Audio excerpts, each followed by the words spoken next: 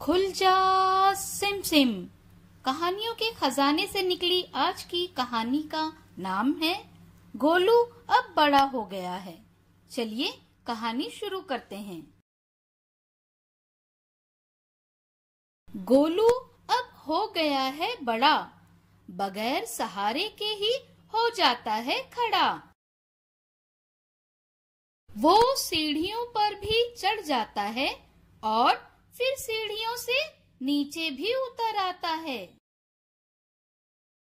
ऊपर चढ़कर नीचे फिसलने में उसे बहुत मजा आता है।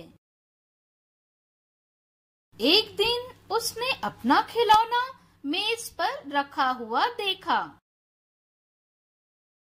उसे उठाने के लिए वो कुर्सी पर चढ़ने लगा। कोशिश करके वो मेज पर चढ़ भी गया। नीचे उतरे कैसे ये सोचने लगा। उसने कुर्सी की तरफ पैर बढ़ाया, लेकिन वो उतर नहीं पाया। उसका खिलौना उसी वक्त नीचे गिर गया। खिलौने को पकड़ने के लिए वो नीचे कूद गया। खिलौना उठाकर वो खड़ा हो गया।